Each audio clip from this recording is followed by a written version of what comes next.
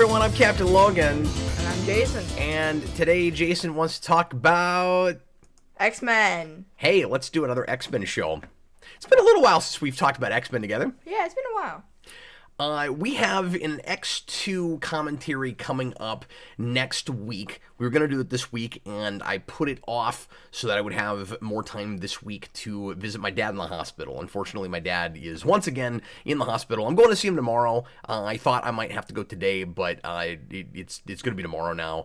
So I had a little bit of time to sit down and do this so we can get a little bit more non-planned content out. And this is as non-planned as it gets, these Jayson Wants to Talk About shows. But we didn't just line this up because we've got some X-Men content coming out. It's also because it's the 60th anniversary of the X-Men this year. We've been wanting to do more X-Men content, and Jayson legitimately does want to talk about X-Men. Yeah, I like X-Men. I actually gave him the choice right before the show between X-Men and a couple of other things he was kicking around, and he did indeed pick X-Men. So it legitimately is a thing he wants to talk about. Yeah, and it's pretty easy to figure out what I picked because it's the title of the video. Well, yes. Yeah, no, I know. I'm just saying that legitimately you chose this topic. I did. I was just like, hey, I want to talk about X-Men.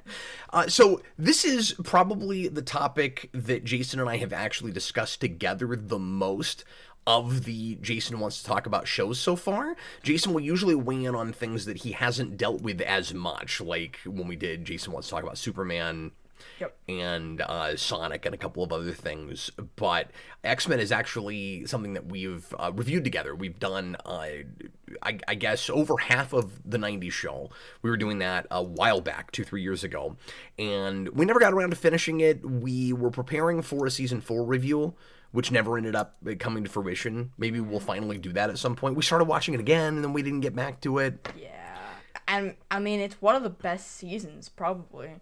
I think the best season legitimately is Season 3, but... It probably is. I really enjoyed Season 4. I think my nostalgia for that show is more in 1 and part 2. See, I don't like 1 that much. Like, there's not that many good one-off episodes in that. Oh, you think? Season. Yeah, I don't think so. See, I have the same thing with X-Men that I do with Ninja Turtles, where it starts to lose me a little bit when it goes to space. See, and that's where I think is the best stuff. Yeah. Yeah. I do like, my favorite thing in that show is all the country stuff, where they go to different countries, and like, Wolverine goes to Japan, and like Cyclops goes to... I thought you meant like, when they go to Memphis, and, all the country stuff in X-Men. Remember that whole period where he was living in Arkansas, and he was like a lumberjack? Remember that? Yeah. Oh, I'm sorry, that was Canada. Yeah, that was Canada. I don't know if it was southern Canada, but it was Canada.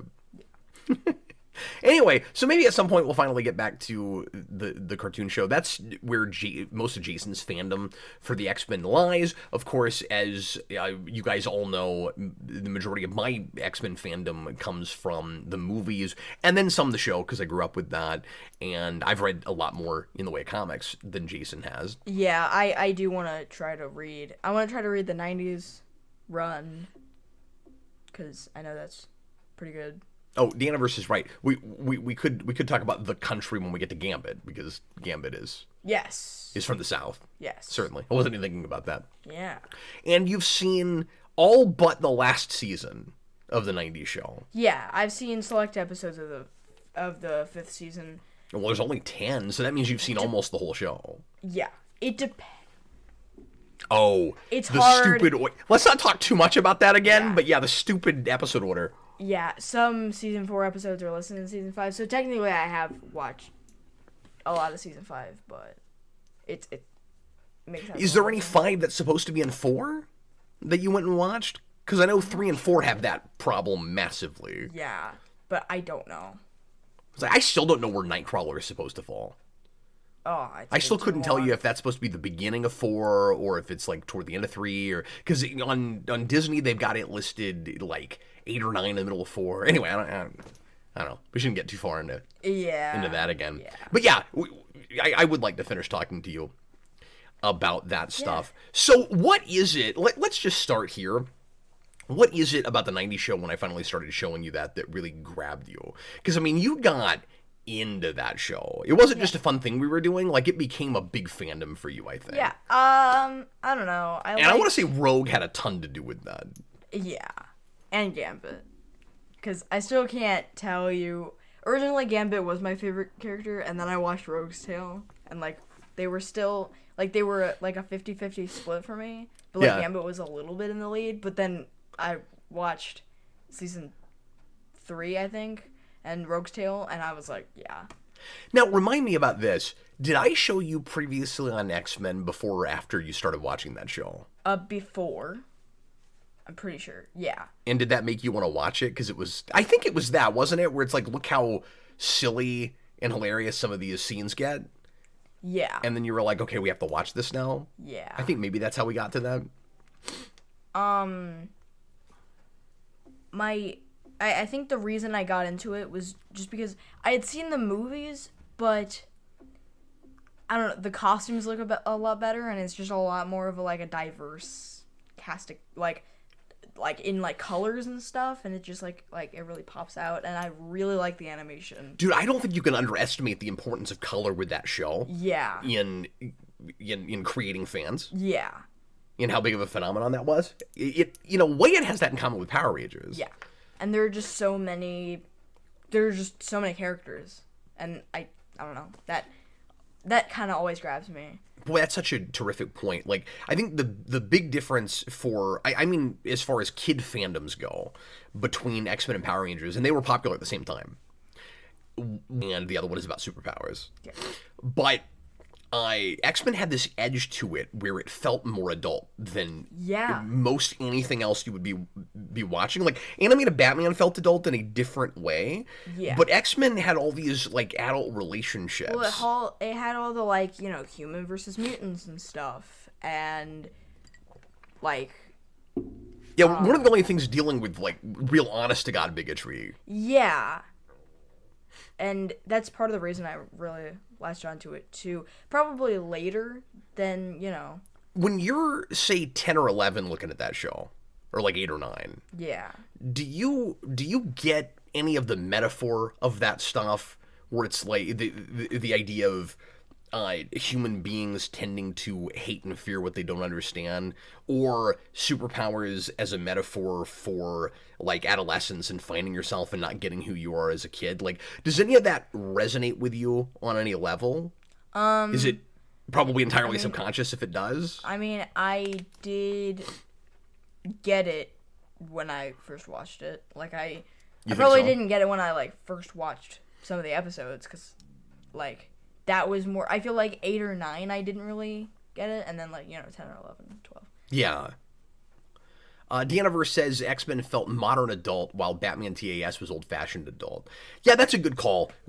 Almost like the noir versus, like, a modern soap opera or modern action movie. Yeah. Deaniverse had another really good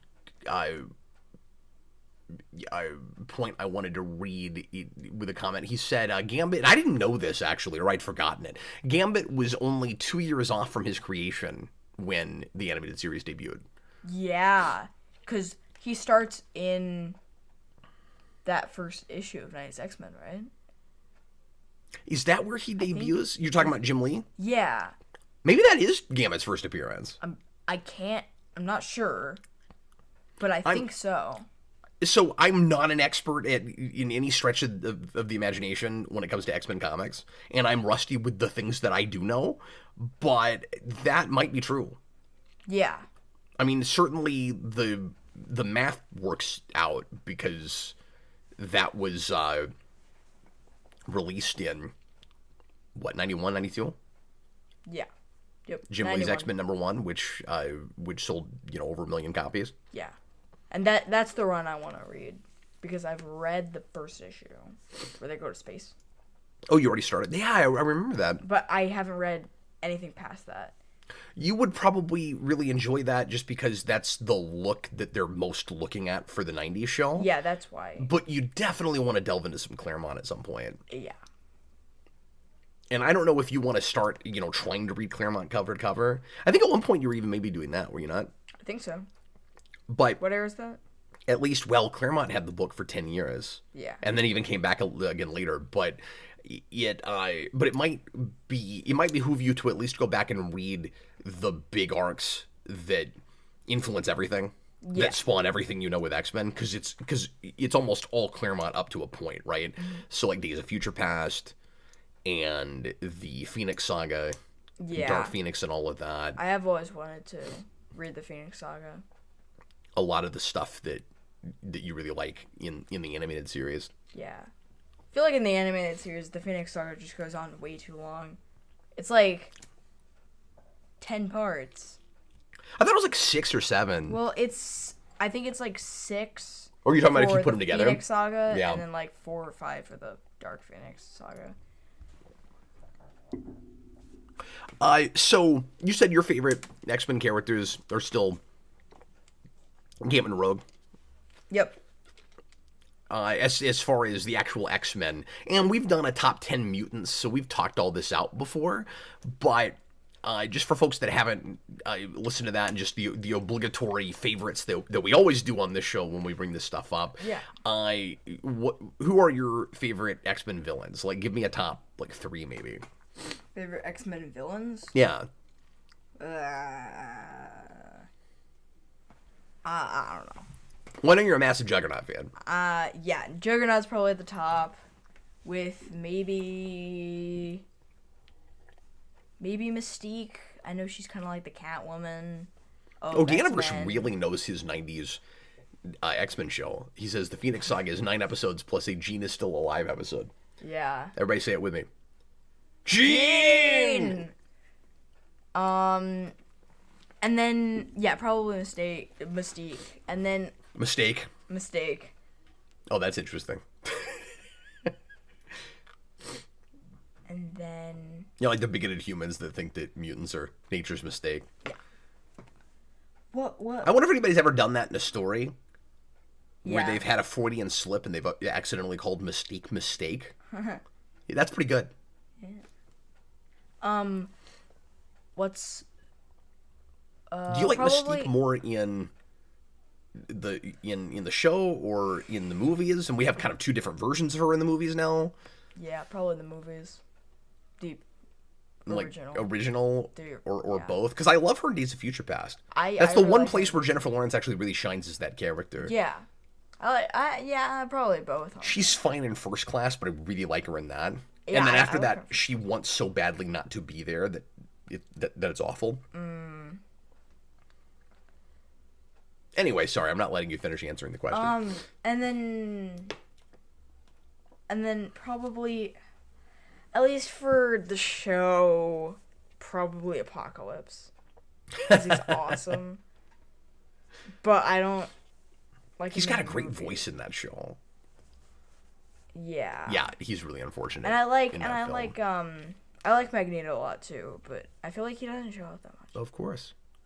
Well, he's cordoned out to the Savage Land for an entire season Yeah. in the 90s show. And then Of course, that's all we do in the movies. I mean, Yeah. Magneto is like the Lex Luthor, the Zod of the movies. yeah. And then I really like one of my other favorite characters that is kind of both kind of like the anti-hero is Archangel. Like, I really like Archangel. Like Angel/Archangel. Yeah, that's my favorite episode. Oh, Not my favorite episode, but one of my favorite episodes. I guess I is forgot Archangel. about that. Yeah. Because all his stuff with Rogue is great. Yeah, and what I've read of that stuff in the comics is awesome. Mm-hmm. I think it's Louise Simonson who actually creates Apocalypse. And she does stuff with Archangel, of course. I actually have his first appearance. Remix 36720. Read the whole Claremont run, 75 to 91. Definitely worthwhile as it's the foundation for everything X-Men. Yeah, I mean, if you wanted to take the time to read the entire run, I guess I said a decade. It's actually a lot longer than that.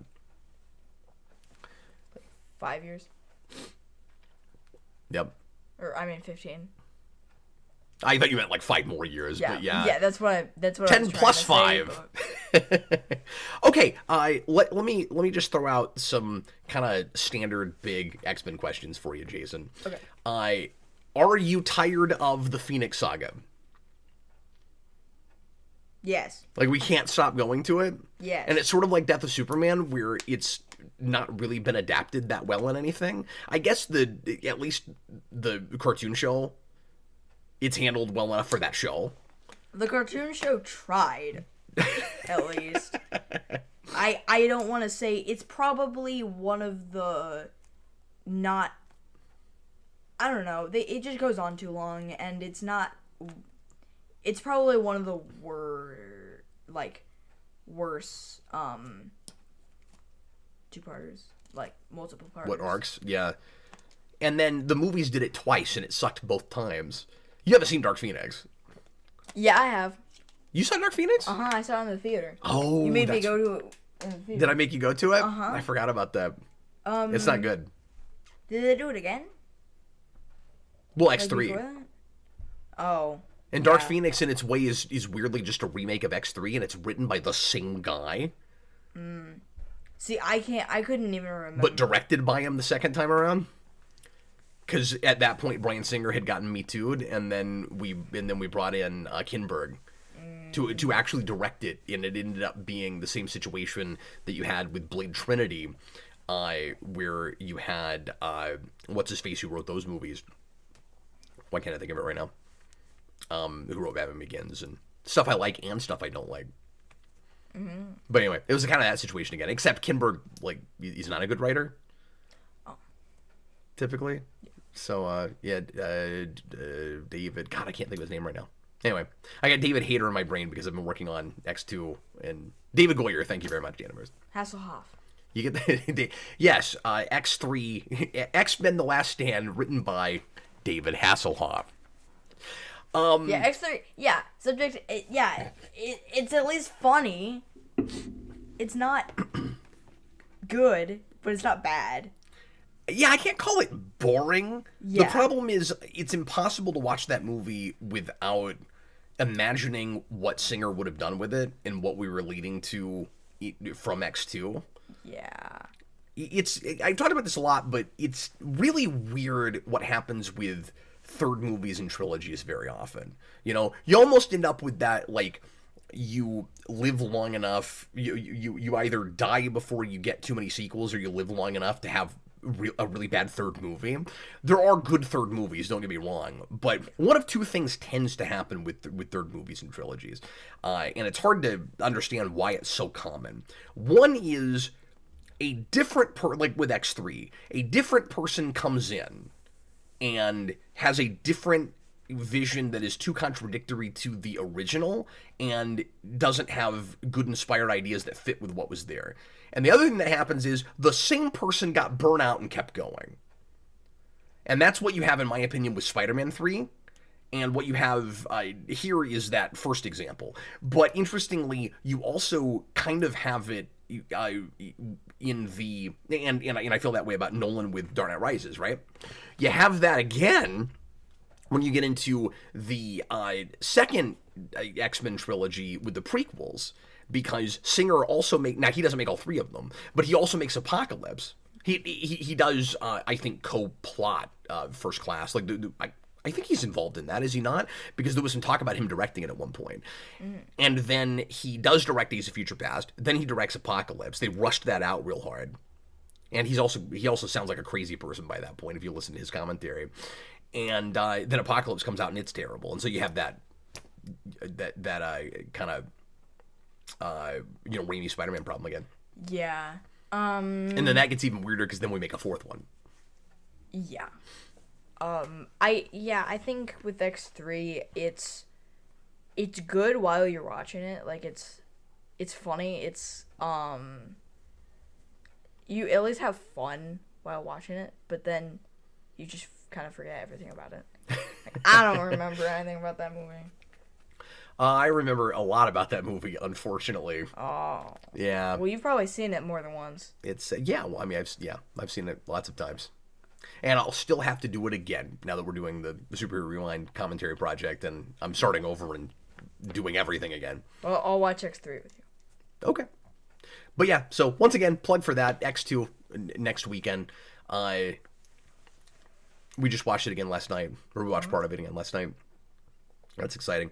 Let's do that. What are your... Well, actually, I was going to ask you another question, kind of like, is the Phoenix Saga overrated? You're like, are you tired of the Phoenix Saga? Are you tired of Wolverine? Like, are you a person that feels like Wolverine is too inundated in X-Men?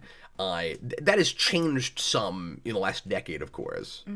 But you've looked at mostly earlier media, so I was just wondering if you felt that way. Like, I think Wolverine is a staple of X-Men, but I feel like you don't have to use him that much. Like, I don't think he should be, like, the main thing that X-Men has been. Like, I feel like if you want to make an X-Men movie, yeah, put Wolverine in it. But don't make him, like, the only thing that people remember from X-Men. Like... And like I said, happily we did get away with that from that in First Class, but then, he's front and center again in Days of Future Past, but in the right way finally, and then we make 2 more without him, and they're terrible, but not because he's not there. Well, he is there in Apocalypse, but for the one scene. Oh, yeah. Do you remember that? I don't. Because they just had to do Weapon X. They had to force it in the middle of that. Why? Yeah. I only saw that once in the theater, and then how many X-Men movies have I seen in the theater? Probably 3. Did I see Probably First Class? everything after First Class. No, you wouldn't have seen First Class. Well, yeah. Well, it was early, and I wouldn't have taken you to that. I can't even remember when First Class came out. First Class would have been... Let me think. 12? Right? 11? No, maybe it was as early as 2011, that movie. You were like 1. Yeah, I probably... Did you see Days of Future Past in the theater? Yes. I don't know if I took you to that. did. But you would have only been 4 Right. when that came out. But I did go to it. Okay. Yeah. So yeah, 3, and then I guess you haven't even seen really any tangentially related X-Men movies. Like, you haven't seen any of the Wolverines in the theater. Nope. Because those were a little bit rougher, and I didn't decide to even let you watch Logan until recently, which you saw half of, but you haven't gotten back to it. So we'll start over and actually finish that at some point. What are the other X-Men shows? X-Men shows? Yeah. You have Wolverine and the X-Men, which I have heard great things about, but I've never seen past the pilot. And I thought the pilot was really dull. I didn't get, and I've watched it 2 or 3 times. I can't get into it, but there are people who swear by that show. It only made the 1 season, I think. It didn't catch on. And before that, you have X-Men Evolution, which was very popular, and you would probably really latch on to, because I think I've always it's wanted to. a lot of your sensibilities. It got some of the best like McDonald's toys. You like a lot of shows from that period. Yeah. Like, in some ways, I feel like. You know, I've always said that you know so much about what went on in the 90s that it feels like you were there. But in some ways, you're also very much like an early 2000s kid. Like, all at the same time. But yes, those are the only other 2 animated X-Men shows. And somebody at the beginning of the show asked us to talk about our anticipation for 97. Yeah. Which... just got put off again. It's supposed to come out next year now. Hopefully the strikes don't affect it too much more, like with everything else. I was actually a little surprised to hear that, because there's already merchandise coming out for it. And if the strikes are affecting it, it means that there's still writing and or acting left to be done in that show. Yeah. I assume. I mean, that's the only... maybe they just have like some... pickups and things they really want to do and they can't write them. So they've opted to wait instead of just throwing out what they have, which is commendable. Yeah. If that's what they're doing. Yeah. But how leery are you of that show? I don't know. I don't know any. I don't know much about like the behind the scenes on it. Like, I don't know who's writing it or anything. It's the original showrunners. Okay. They're bringing everybody back they can bring back. Yeah. And it's going to be most of that cast. I don't know. Like, I feel like it could be cool or it could be really lame. Yeah. Yeah, the tricky thing is how aware of its popularity and of its place in time and of how far away we've gotten from it do you go. Like, I feel like the correct way to handle that, but I don't even know if you can do this.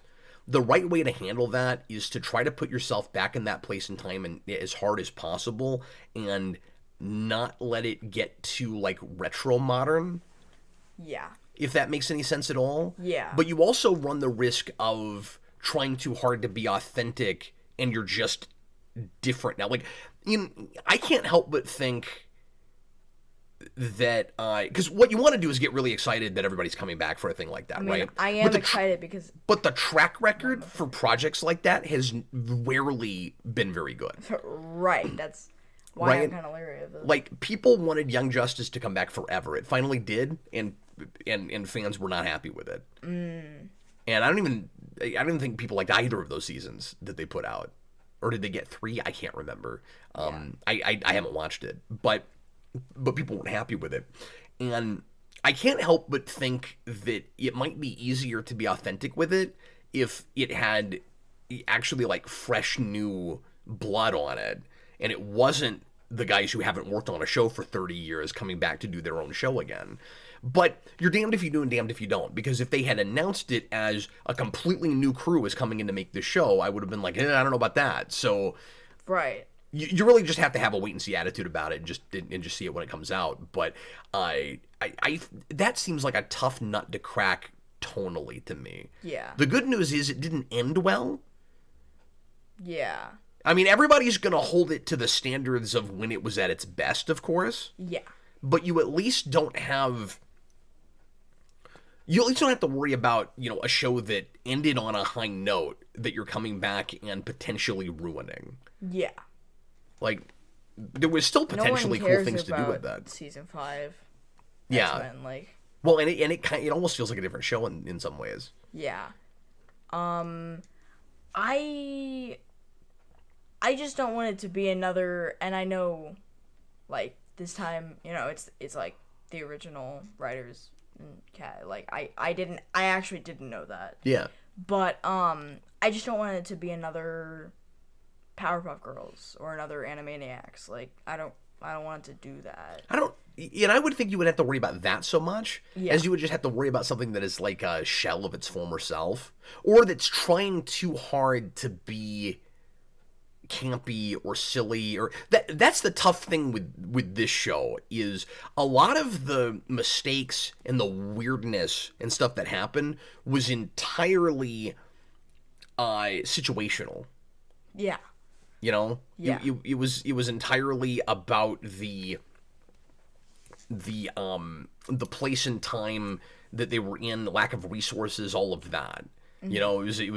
It was an art out of adversity situation. It was also a comedy out of adversity situation. Yeah. And they clearly don't have the same deadlines with this or the same money issues. Yeah. That they did in the first. They're not held back in the same way. Yeah. And So what do you do with it? Do you do a way more polished, stylish version that doesn't have the weirdness in like animation movement and the strange pacing that some scenes have? Mm-hmm. A lot of the charm of that show comes from the stuff that you can kind of nitpick.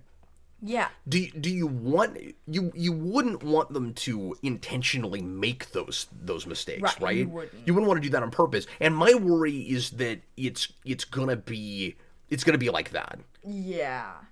It's gonna be like if Deadpool made that show. Yeah. Like if he made it. That's true. You see what I'm saying? That's my biggest worry with it. Yeah. I think the best thing you could, because I said, go back to the sensibilities of that time and try not to be too affected by what's come later, especially if you're calling it X-Men 97. I mean, the idea is it's supposed to be the very next season. Yeah. But I also think, and maybe this will sound like a contradiction, that the smartest thing you can do is just be as endearing as you can with it, and let it be more polished. Yeah. Like, don't force mistakes. Yeah. And then just hope the voice actors do essentially what they did before. Because Yeah. a lot of the charm came from that, too. Yeah. So, like, you have to let it be goofy in the ways it was goofy, except for problems and mistakes and stuff. Yeah. But anyway, moving right along, God, I can't even imagine what that show's going to look like. Yeah. Well, let me ask you this with it, too. Do you... This is always a question with... This is a very specific thing, but with cartoons, animated series based on comics that had the specific stories in existence that they had up in during when they were making that show. Yeah. And then you come back and you've got decades of history in the comics since then. Yeah. Is it okay to adapt any of those things, or do you want it to stay limited to what existed at the time? Because in my opinion, if you're calling it X-Men 97, you shouldn't do anything post 97. Right.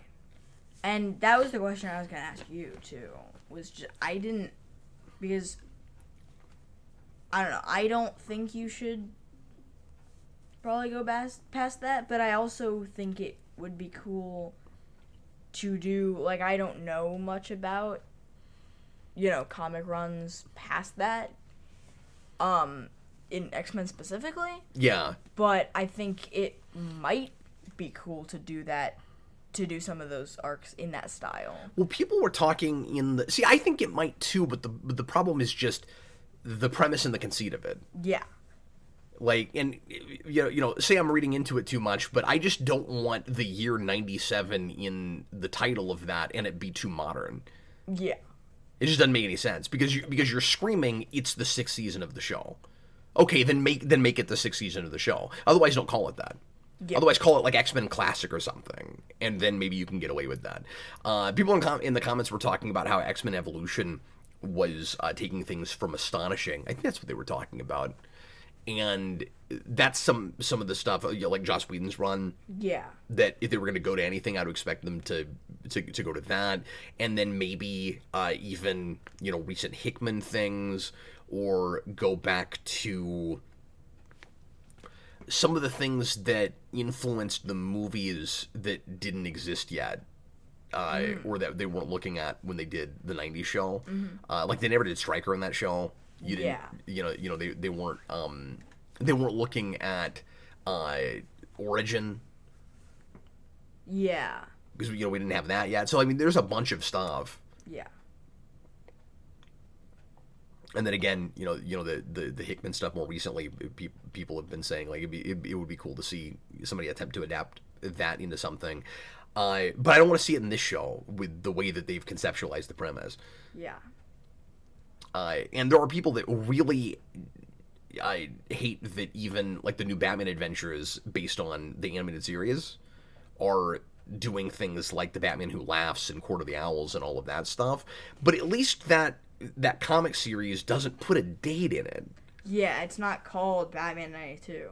My bigger issue with that series, and I dropped off. I read the first season and it didn't do much for me. It had its moments. It was okay, but I couldn't get excited. It didn't feel authentically that series. And I think it could adapt from newer things and still feel like animated series. My bigger issue was just the art style. It didn't feel like Bruce Timm. Mm-hmm. It felt like loosely, tangentially related to that, but it didn't feel like Bruce Timm. There actually was in X-Men 93 comic series that starts right after Secret Wars. So this is back at like 2015, 2016. Mm. And I liked it quite a bit. It got really close to the character models of the show. Mm-hmm. But it did do that thing where it adapted from more recent things, and it did stuff like Cassandra Nova, I think, in some random stuff, and it worked, I thought. Yeah. But it wasn't well, and I'm being contradictory. It actually was called X-Men 93, but it was like that's when that show starts. You know what I mean? It's sort of like Batman 66. Yeah. The weird thing about this is that it's saying, and I don't mean to harp on this too much, but is that it's 97. Yeah. You know? Like, is it trying to say that it's the next What else can you take from that? Yeah. That says we're the next season. That show didn't start in 97. Right. It started in 93 or 92. I think 93. I think it is 93. And so that's why I don't really want them to adapt anything else. Yeah. Anything past there. AMC's talking about Wolverine and the X-Men, not Evolution. With Astonishing. Evolution was pretty original, but Ultimate, if anything. And that's funny because a lot of people don't even like Ultimate X-Men. And I don't have a dog in that because I read the first arc and couldn't get into it and never really read past that until the big relaunch with all of Ultimate after Miles was introduced. And then I did read some of that, and I read the Ultimate version of Stryker, and I like that stuff quite a bit. He was a really scary, preacher guy, if memory serves. Supernatural, awesome.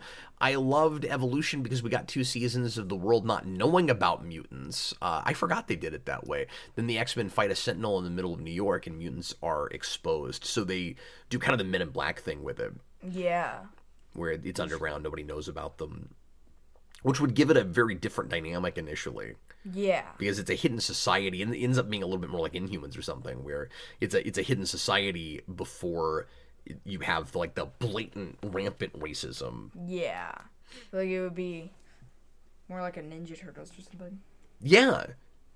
If they had their own school. Yeah. Splinter's school for gifted mutated youngsters. Doesn't it feel like X-Men and Ninja Turtles is one of those really obvious right there crossovers that just hasn't happened because Marvel doesn't do that as much as DC does? Yeah. And yet we got X-Men Star Trek. I know. What?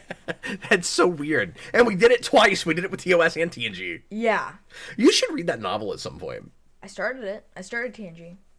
What's fascinating about that book, it's called Planet X, and it's the immediate sequel to a one-shot comic that is a few years later sequel to or maybe just a couple, to the TOS one. Mm-hmm. But what's weird about it is it's just before the movies start, the X-Men movies. It comes out in 96. So it's 3 years before the X-Men movies happen. Yeah. And it's just before Patrick Stewart gets cast. Although, even at that point, everybody was talking about how the only person who should play Professor Xavier is Patrick Stewart. Yeah.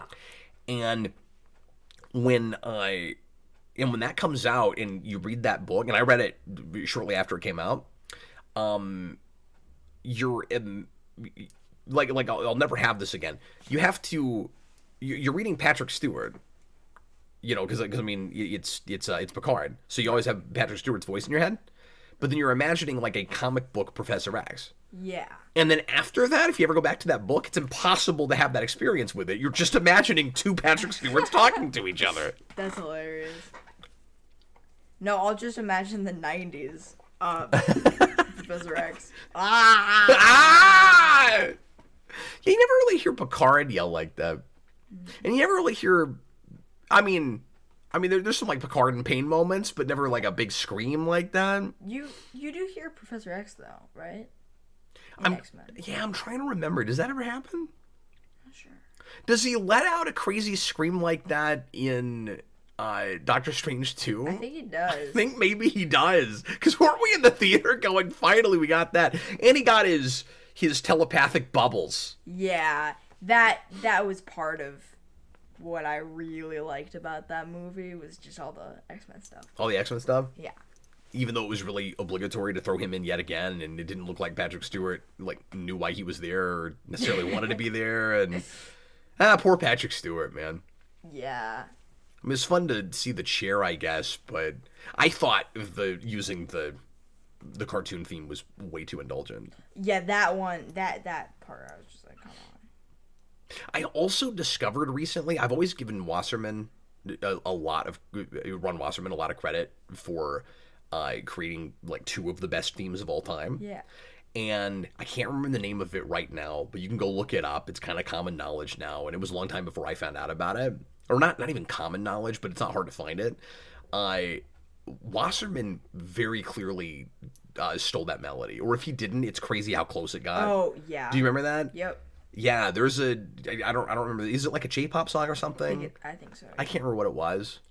Yep. I mean, like, the way it's orchestrated is wonderful. I don't mean to throw Wasserman under the bus. He's one of my favorite composers, but... I mean, he made the Lord Zed theme based off of the Darth Vader theme. Yes, but he was told to do that. And he wasn't just lifting that theme. Yeah. Because, I mean, you couldn't have done that. Right. Although, they're both Fox. Right. Although the TV side and the movie side are a little bit different, so I don't know. Chewbacca's Lover, $5 super chat. Ultimate Wolverine is a pervy old man with a thing for teenage girls. Thanks for bringing that up while I'm doing a video with my 13-year-old here. That's a prevailing character trait they stay consistent with. Not kidding. Yep, they did things a little different, a little more mature in those comics. And that sounds like what Mark Millar would have done with it, considering what he does with the Ultimates, particularly with Hank Pym. But... yeah, I haven't read enough of that to speak to it. That is not a thing I remember. I also remember trying X-Men 2099 and not being real impressed with it. But then I went back and reviewed just the first issue of that earlier this year and liked it a lot better. So I was a little bit more curious about moving forward with it. Yeah. Professor X, I think, remains my favorite character in X-Men. Yeah. Because I'm always just obsessed with kind of like morally ambiguous mentor characters. This is a thing I've realized about myself recently. We were talking about this on another video a couple weeks ago, where it's like, for me, it's not about Superman, it's about Jor-El. It's not about the X-Men, it's about Professor X. And it's not about Power Rangers, it's about Zordon. Like, I have this consistent thing with morally ambiguous mentors. Yeah.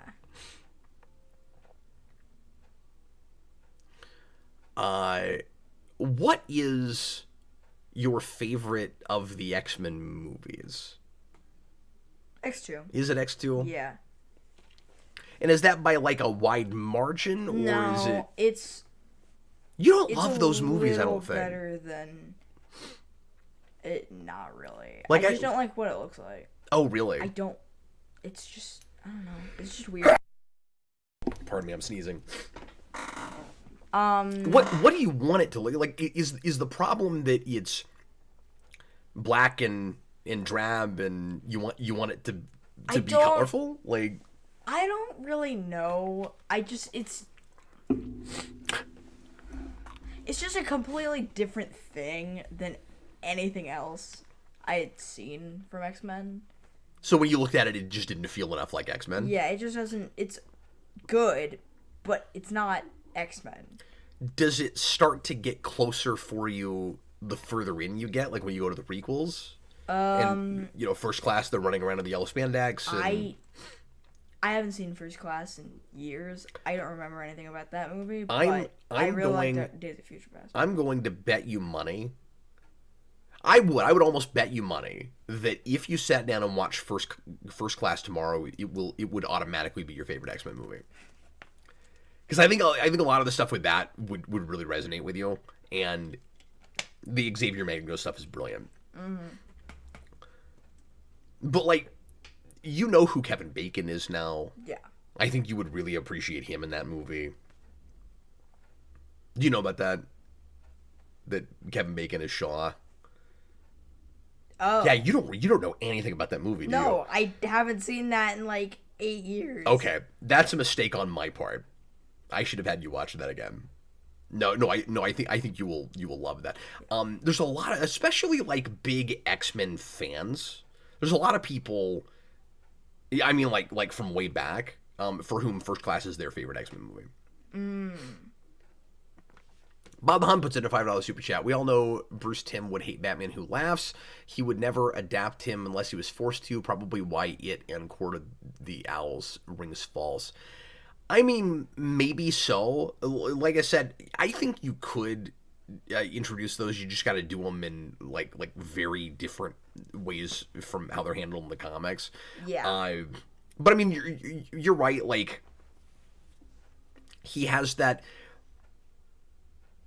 Well, sorry, I'm just thinking about the question for the comment for a minute because I don't know. I don't immediately see Batman Who Laughs as a thing that Bruce Timm would necessarily like absolutely vehemently hate. Like I'm not even totally sure why you're saying that.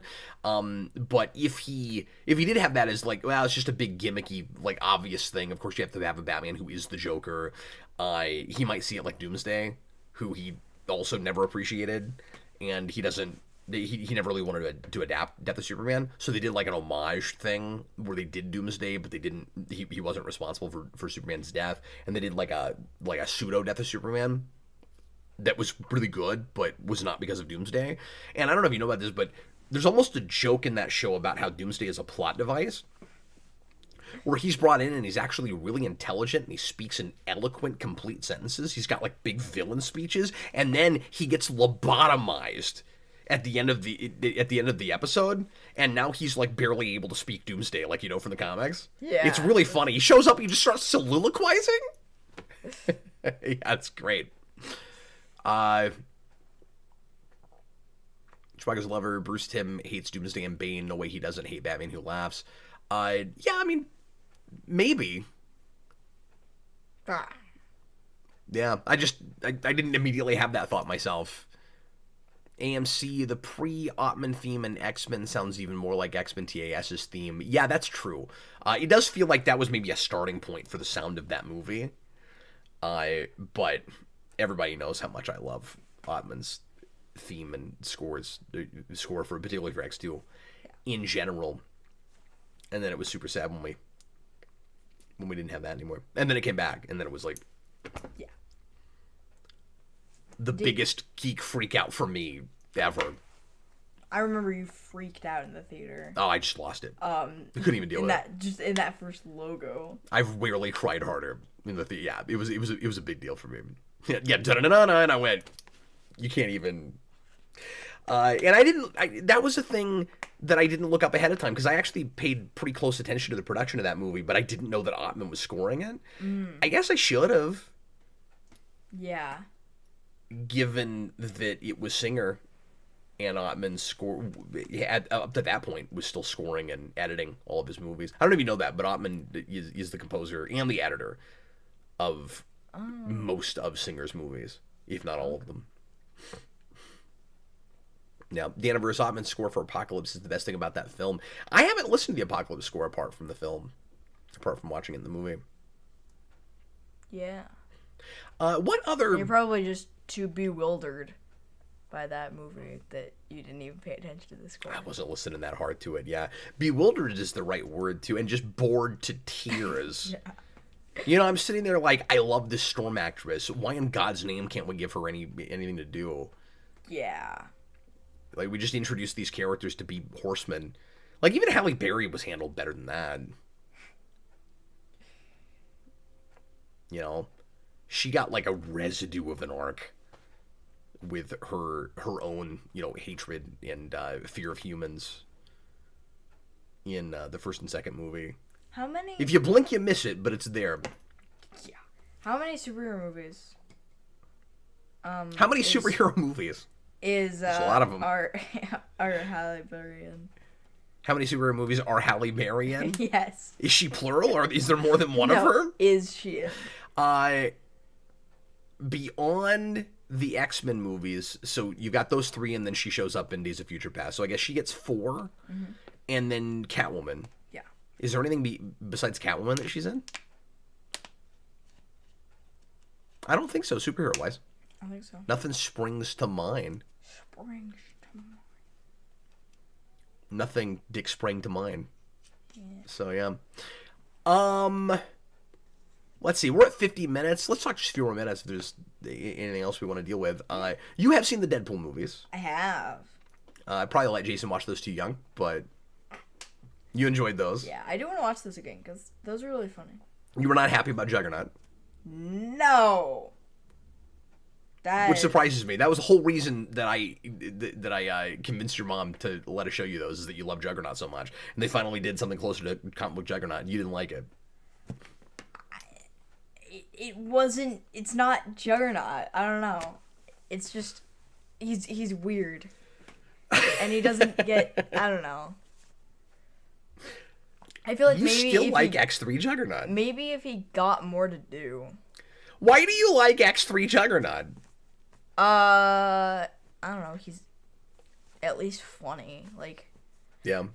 the main reason I like Juggernaut is because of the costume. And if you don't have the costume, then But I don't care. the costume was closer to comics than Deadpool. Not really. No? Wasn't it silver? Was it silver?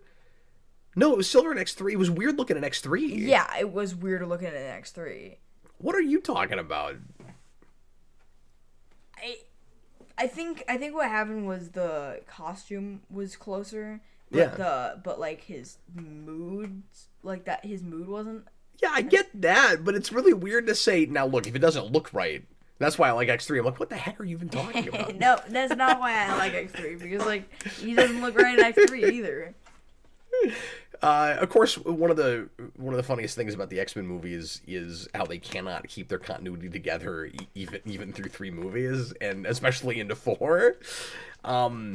Especially with Origins, which a lot of people just considered non-canon right after that, and then it just all falls apart once we start doing prequels, and you have things like, I won't go through everything, and I've talked about this a million times, but you have things like Magneto helped create Cerebro. Wait, no, he didn't. Yeah. I guess not. You have things like Hank McCoy is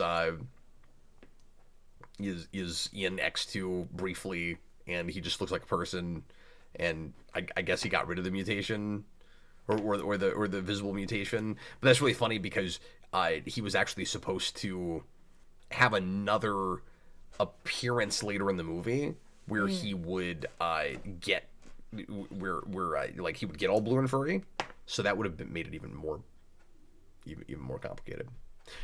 Maybe it's not ultimately a contradiction necessarily, though, considering he does go back and forth even in those movies. Like by Days of Future Past, he's figured out a way to inject himself, and I forgot about that. So Yes. for a while that was an issue, but yeah, I don't know. And then Professor X keeps dying and coming back with no explanation. Sometimes Wolverine has the adamantium claws when he shouldn't, and things like that. So yeah.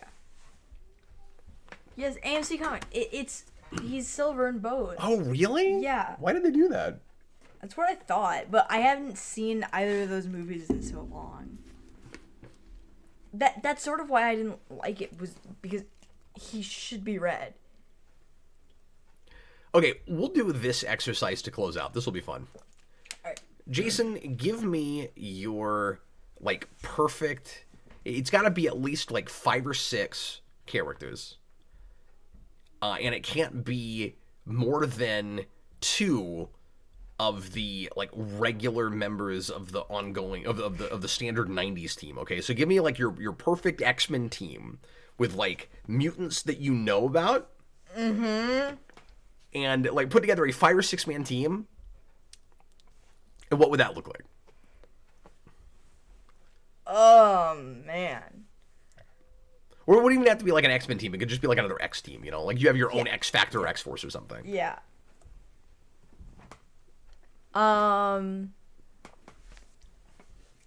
He can't do it. No, I believe in you. Okay. So, Gambit. I think I'm trying to think of who else I like really need from that other team. Probably Storm. Can I read this real quick? Daniver says, I assume it's the whole too much color sucks attitude. But the Deadpool movies have lost that at that point because they had the yellow costumes, and of course Deadpool has a colorful costume. And I don't see that in Deadpool 2. It's weird. I mean, yes, in X3, absolutely. Yeah, he has the normal shape, but it's just silver. And he's big.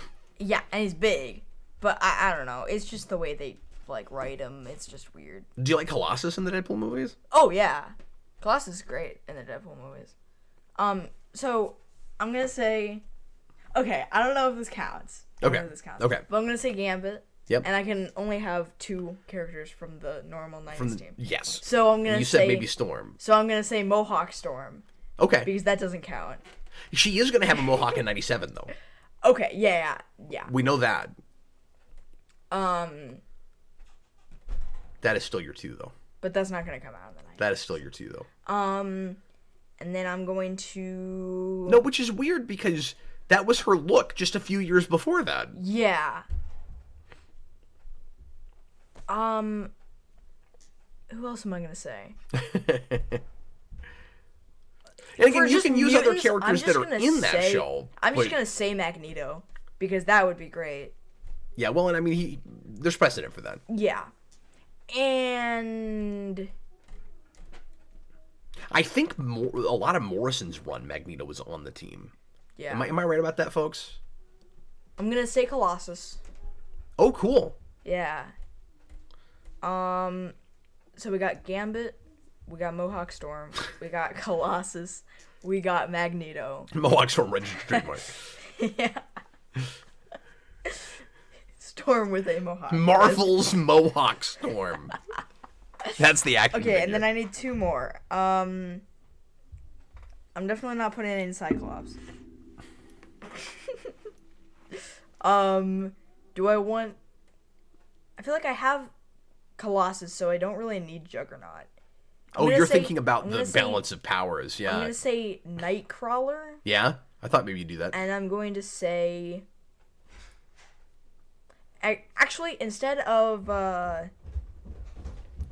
Give me 1 second.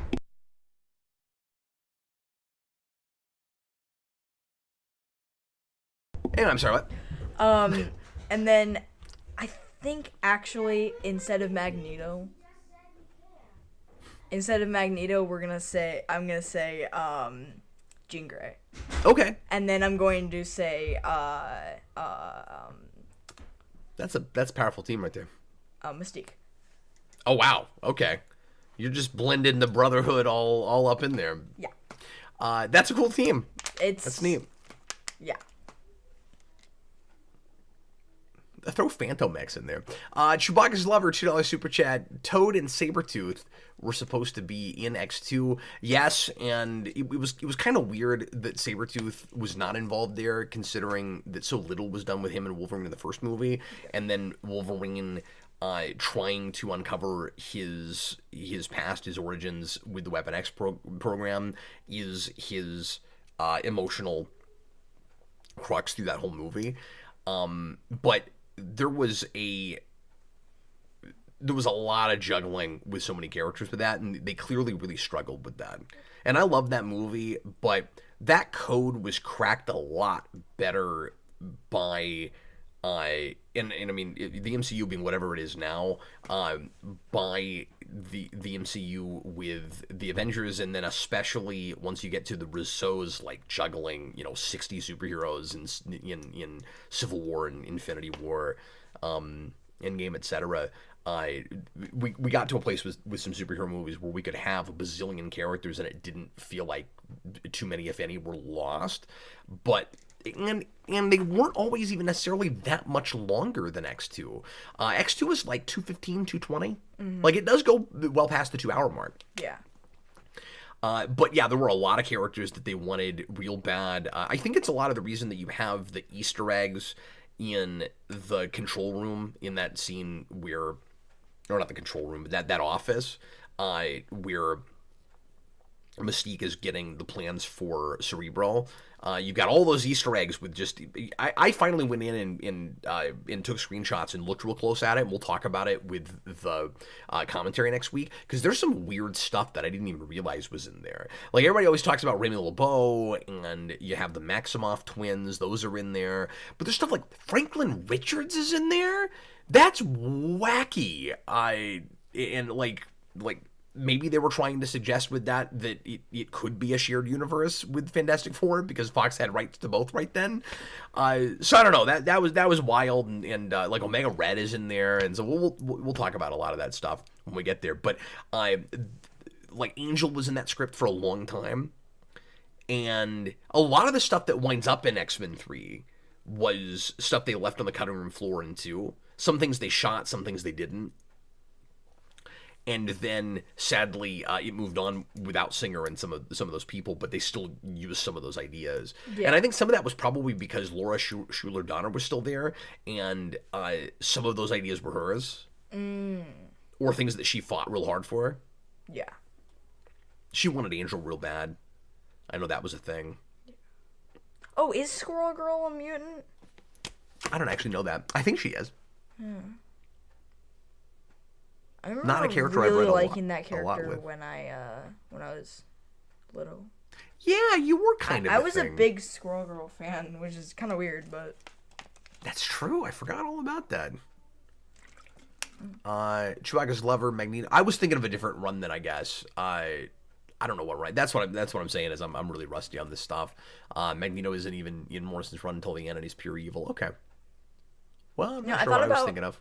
X-23 too. I've only read the first couple volumes of that. And Cable. I thought about Cable. Do you like X-23? Yeah. I feel like I would like her better. You like Cable. I like Bishop a lot. Oh, yeah. That's right. Bishop's great. I still say his power is hilarious. His power is hilarious. His power is basically just like Jubilee's, right? Kind of, except he always uses a gun with it. Yeah. But yeah, if you're Bishop... I don't know, because I think Jubilee... does she have to, like, pull energy into herself? Or does she just... Or can she just use the energy she has already to, like, make the fireworks or whatever? I think she can just use the energy she has. Because Bishop can't. You have to shoot Right. something at him. Yeah. And so And then he uses it. I've always laughed about this. If Bishop is born in the 1800s, he does not know he's a mutant. Yeah. There's no way he'd ever find out. Like, he is a consummate futuristic mutant. Yeah. It's like they've evolved to the point where some mutants, down into their DNA, know they live in a technological society. I mean, maybe some humans were mutants. They just didn't know it because it wasn't invented yet. Yeah. Yeah, because the power wouldn't do anything unless you had certain technologies. Yeah. All right, folks. Well, we're going to go ahead and call it a day, but thanks so much for watching, everybody. And I will be back, hopefully, tomorrow night for the Captain Logan show. That's the plan right now. I'm playing this whole week by ear right now, which is why I'm not planning for videos, because I don't know when I'm going to need to be out at the hospital for my dad. But... because I just had a lot of things I was going to plan. I was going to have to read and research this week, and decided to put those things off till next week just to be on the safe side. But we're still going to have some videos of the unplanned, off-the-cuff variety. And tonight, Austin and I are actually going to come back and do a Geeks Not Nerds for you. I probably around 9 o'clock my time. I haven't gotten confirmation from him yet, so I'll put out a post about that when I know for sure the time. But he and I are going to do a list of... it's kind of fun that we just did this because we're talking about cartoons. We're going to do a show about characters and properties that we either really wish had gotten or would get cartoons, or that we're really surprised never did. And I've already got like 20. I've been writing this all day. I keep thinking of stuff. So... that'll be a lot of fun. Pop in and hang out with us for that, either live or after the fact. And Jason, thanks for talking with me about X-Men, because you wanted to talk about X-Men. I did. I wanted to talk about X-Men. Did we sufficiently talk enough about X-Men? Yes. You gotta start reading X-Men. Yeah. Then you'll have even a lot more things to say about X-Men. Yeah. You know, because there's like whole characters you don't know about. Are there? Well, there's like 6,000 X-Men characters. Right. It's quite a few. They should make... it's like the angelic symbols that Nightcrawler tattoos on himself. Yeah. Quite a few. Yeah. One for every sin. There's an X-Men character for every sin. So, quite a few. There should, they should make like a video game or like a Pokemon type game for X-Men. Or like a Pokemon Go type game. You got catch all the X-Men? Yeah, you gotta catch all the X-Men. I play that. Yeah. I played that before Pokemon. They tried to do that with, what was it, Ghostbusters? Was there like a Ghostbuster you go grab all the ghosts kind of game? Jurassic Park, but... oh, there was that too, yeah. Yeah. Maybe I'm wrong about Ghostbusters. Okay, we're gonna go now. See you later, folks. Thanks for watching.